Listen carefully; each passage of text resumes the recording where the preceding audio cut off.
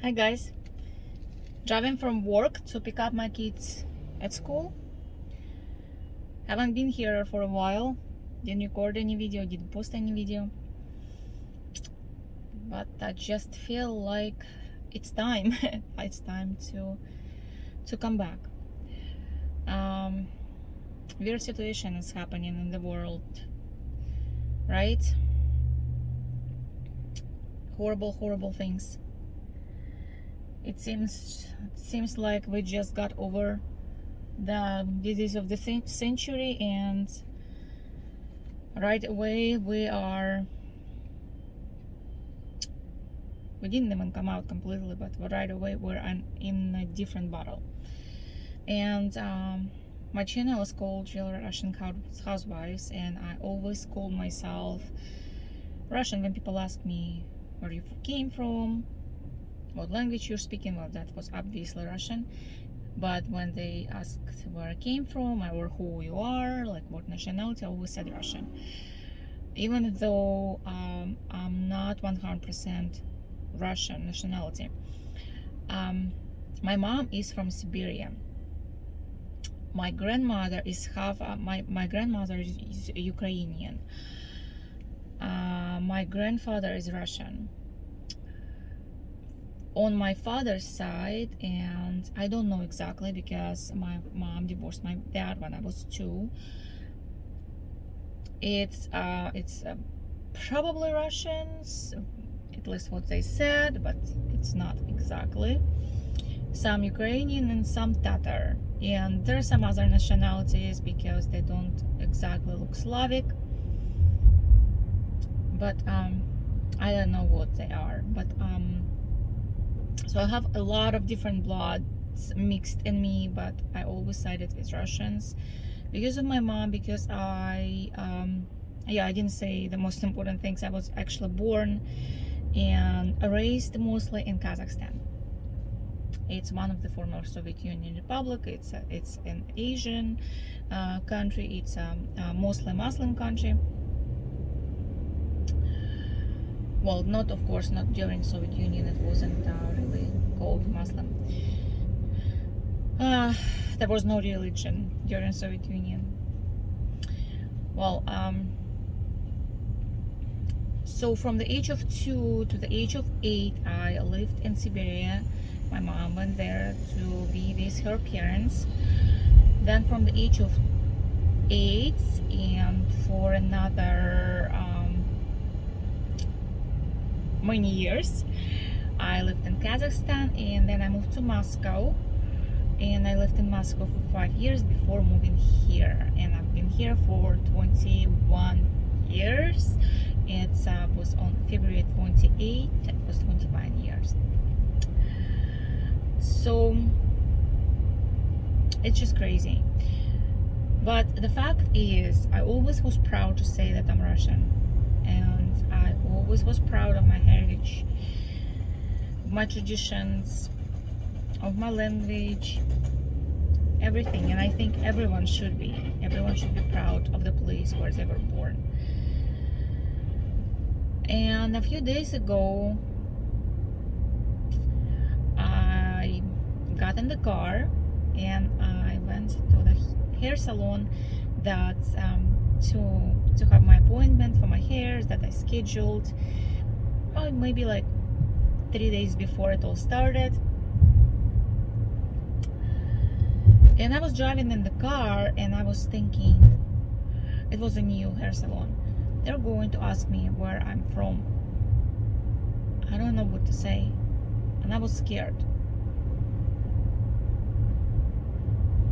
That happened the first time in America, when I was afraid to say that I was Russian. I didn't do anything bad to anyone. I'm against any kind of wars. I'm against people being killed, obviously. No one asked me though, did they? I did not change as a person at all. But I'm sure that people who even knew me for a long time, they looked at me differently. and it's a very, very strange situation. And I was debating and debating what I should say and what I should say in the future. So in the hair salon, when they did ask me where I was from, I and they were speaking with accent. They were like from Italy, and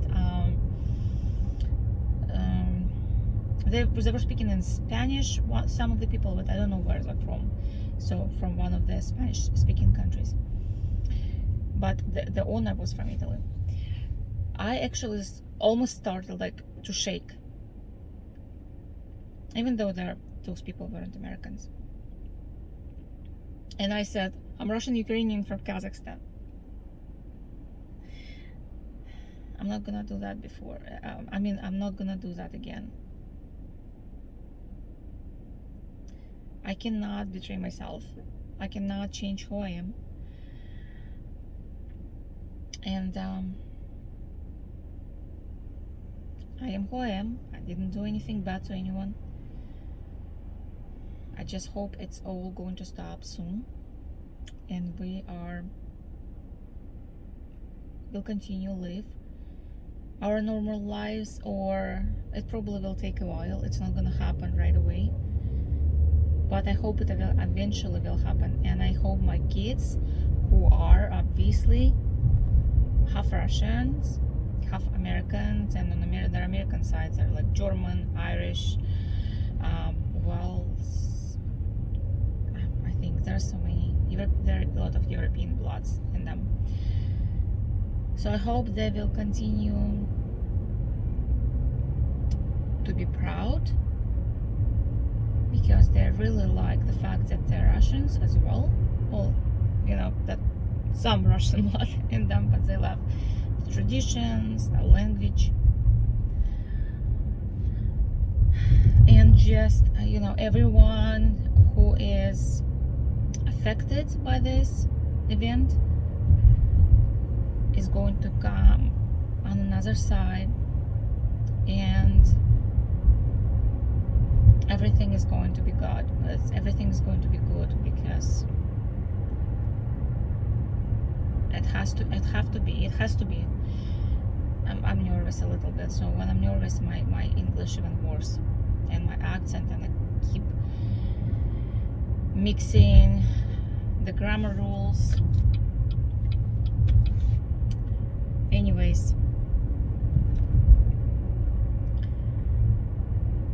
no one expected this situation, right? I didn't think it would happen until it actually happened. And when it happened, I was in denial for a few days. I just didn't want to believe it. I just didn't want to believe that somebody could actually do it, that it actually happened. I thought, no, it's not as serious. It's gonna be over very soon. It's just they're doing just a little operation. It's not really a war.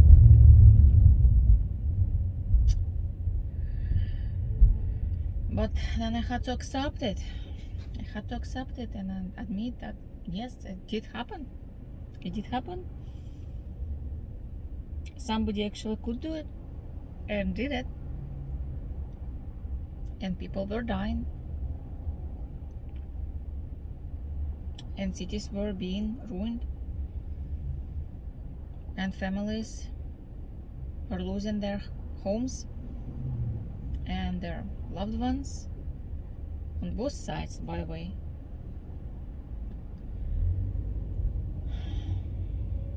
So a lot of people are going to have to feel the long-term effect of it.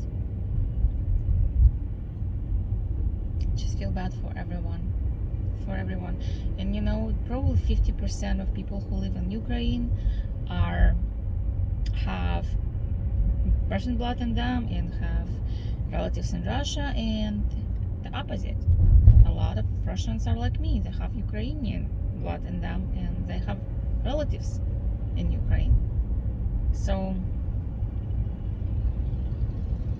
What do you do? What do you do in this situation? Imagine people who have to go and fight, and they have families in the country they are fencing.